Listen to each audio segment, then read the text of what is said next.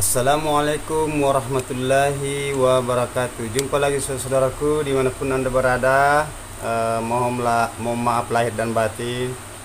Sebelum saya lanjut konten ini, tolong ya saudaraku diinformasikan, terutama yang bagi wallet yang punya RBW yang pemula ya. Sekarang saya mau menjelaskan ini tentang populasi wallet ya. Oke lah saudaraku ya. Jadi sebelumnya saya lanjut konten saya ini, tolong ditonton sampai habis, sampai full ya, supaya ada bisa dipetik di dalamnya, namun sedikit ada hikmah di dalamnya, namun sedikit ya, kita harus syukuri. Jadi begini saudaraku ya, tolong disimak videonya. Saya mau menjelaskan ini masalah perkembangan bagian dalam RBW, gimana cara supaya wallet itu cepat berkembang biak dan sampai dia bikin sarang ya. Gitu. Jadi gini saudaraku ya, cara langkah-langkah yang trik-trik yang kita harus hadapi di dalam ruangan RBW supaya itu wallet bisa bertahan, bisa populasi cepat nambah. Yang kedua, walletnya sehat ya. Nah, karena kebanyakan itu saya lihat itu di dalam bangunan RBW biasanya itu banyak walletnya mati ya, banyak walletnya mati. Karena kenapa? Apa jawabannya? Ini jawabannya saudaraku ya.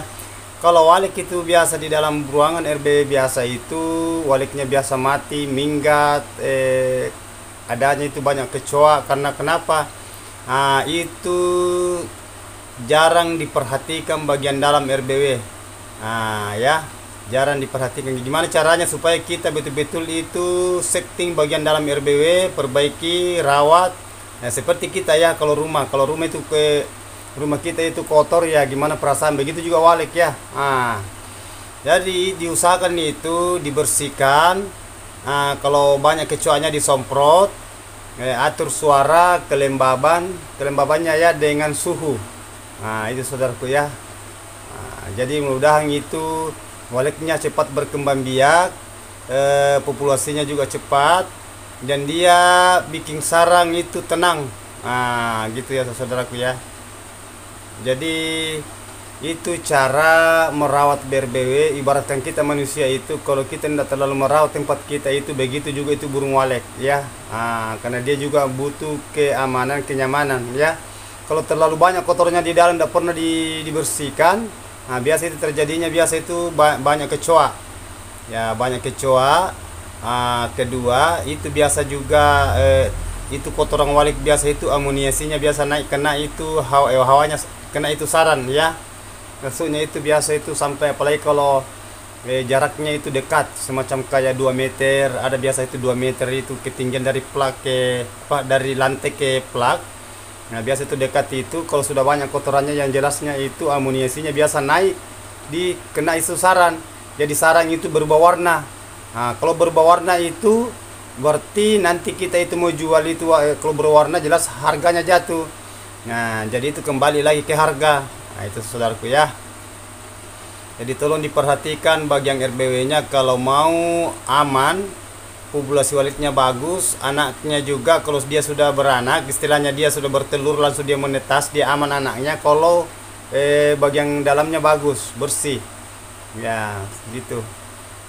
Jadi tolong saudara ya, diperhatikan, dirawat ruang RBW-nya. Kalau mau berhasil, mau sukses, diperhatikan itu bagian terutama kelembaban. Ya, jangan dikosongkan. Kalau umpamanya dia biasa agak panas di dalam, apalagi kalau pemasangan batu setengah, kan biasa ada orang itu pakai batu setengah atau batako, tidak ada pelapis bagian dalam, biasa ada styrofoam atau gabus. Biasa itu terjadinya itu hawanya panas di dalam. Ya, hawanya panas. Jadi kalau panas itu di dalam, yang jelasnya burung itu tidak betah, tidak mau bertambah, tidak mau berkembang biak. Ada lagi di dalam, pasti dia mau minggat, dia mau keluar karena panas. Sama dengan kita manusia ya, kalau di dalam rumah kita, di tempat kita itu panas, kita tidak betah di dalam, pasti kita mau keluar ya. Jadi itu tri saudara-saudaraku ya. Begitu juga burung, gimana caranya mau bikin sarang, bagaimana caranya dia mau betah di dalam kalau panas. Jadi itu perhatikan airnya di dalam. Istilahnya kalau biasa pakai kolam, pakai baskom, plastik, kita usahakan itu perhatikan bagian dalamnya supaya burung itu cepat beradaptasi yang baru tinggal, burung yang dari luar dia masuk cepat beradaptasi bagian dalam. Oh ya, jelasnya kalau umpamanya dia masuk, dia enak di dalam, wah ini tempat ini enak ditempati, dingin. Nah, makanya dia tinggal. Akhirnya berkembang biak di situ, bertelur, sampai beranak. Istilahnya lahir anaknya. Nah, itu cepat itu saudaraku ya. Jadi itu tri-tri itu kalau kita mau cepat, waliknya banyak ya. Dan ada satu ya saudaraku, pesan saya ya.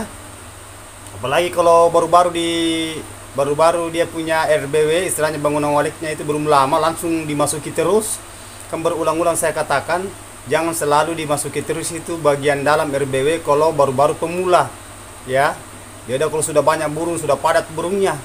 Kalau baru seumpamanya 7 bulan, di bawah dari 1 tahun selalu masuk-masuk, karena banyak itu biasa yang punya bangunan, dia biasa itu tidak betah, dia tidak sabar, selalu mau masuk.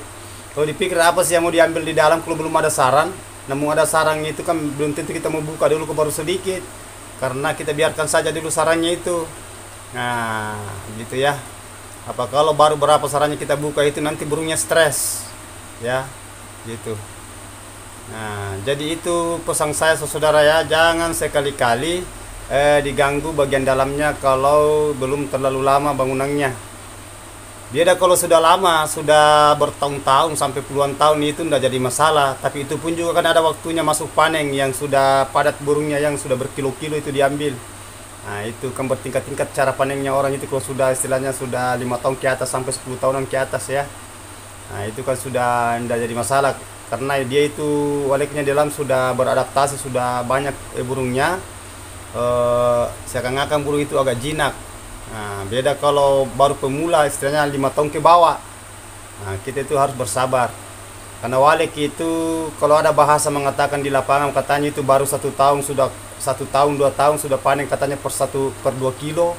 Kan sering saya dapat itu di lapangan itu bahasa-bahasa kayak gitu ya. Biarkanlah mereka berbahasa begitu, karena walik itu tidak segampang itu, dia itu banyak di dalam ruangan, apalagi kalau baru-baru.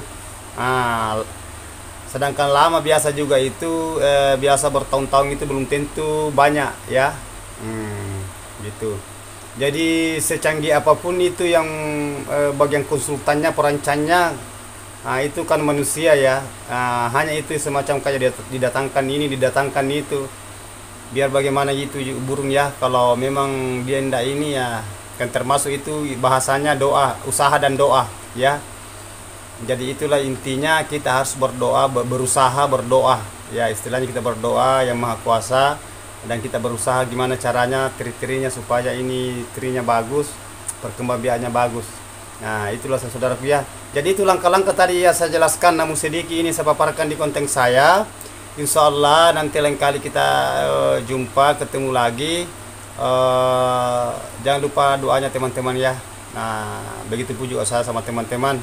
Nah, dimanapun Anda berada, tolong ditulis di komen, ditulis apa maksud saya, di like, di komen, di share sama teman-teman. Kalau ada yang belum paham, ada yang masih mau bertanya, tolong dikasih arahan sama teman-teman yang lain toh. Mudahan nanti lain kali saya jelaskan. Nanti kalau tidak bisa melalui dengan tulisan, saya jelaskan dengan lisan insyaallah. Oke. Wabillahi taufiq wal hidayah. Wassalamualaikum warahmatullahi wabarakatuh.